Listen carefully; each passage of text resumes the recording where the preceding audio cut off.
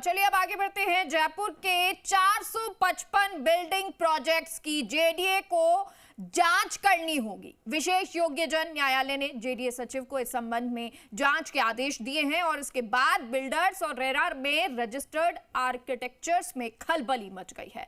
आखिरकार क्या जयपुर में आर्किटेक्चर्स ने ताक पर रखकर बिल्डर्स को एनओसी दी है? देखिए इस एक्सक्लूसिव रिपोर्ट में।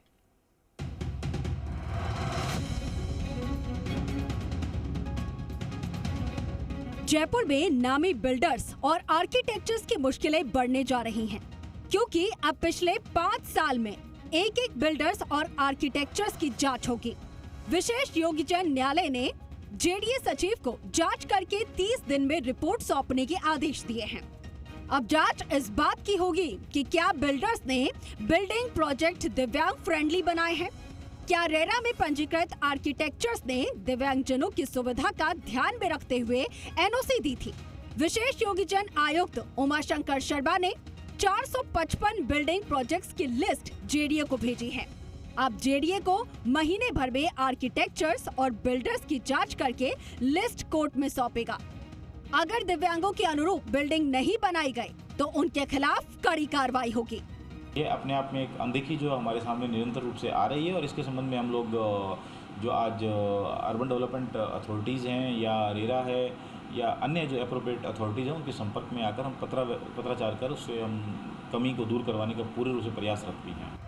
क्या कहते हैं नियम? मॉडल राजस्थान भवन विनियम 2020 के विनियम 14 के तहत सभी भवनों, फ्लैट्स, प्रोजेक्ट्स में शारीरिक रूप से विशेष योग्यजन व्यक्तियों के लिए प्रावधान किए गए हैं। आरपीडब्ल्यू एक्ट 2016 के अंतर्गत विशेष योग्यजनों के लिए विशेष सुविधा होना जरूरी है। सभी बिल्डिंग्स दिव्यांग फ्रेंडली बननी ही होंगी। भारत ने विकलांग व्यक्तियों के अधिकारों पर संयुक्त राष्ट्र कन्वेंशन पर हस्ताक्षर किए और उसके बाद 1 अक्टूबर 2007 को इसे लागू किया गया। अधिकतर भवनों में ये गायब। प्रवेश द्वार तक पथ समतल, सीढ़ियां रहित और न्यूनतम 1800 mm चौड़ी नहीं। ढलान अधिकतम 1/12, न्यूनतम चौड़ाई 9.0 मीटर से अधिक नहीं। सीढ़ियों और रैंप के दोनों ओर रेलिंग नहीं। हैंडलिंग पृष्ठभूमि की दीवार, फर्श से रंग अलग अलग नहीं मिलते। सीढ़ीधर पहुंच मार्ग के लिए पैड़ी 300 mm, चौड़ी पैड़ी, ऊंचाई न्यूनतम 150 mm या ज्यादा नहीं।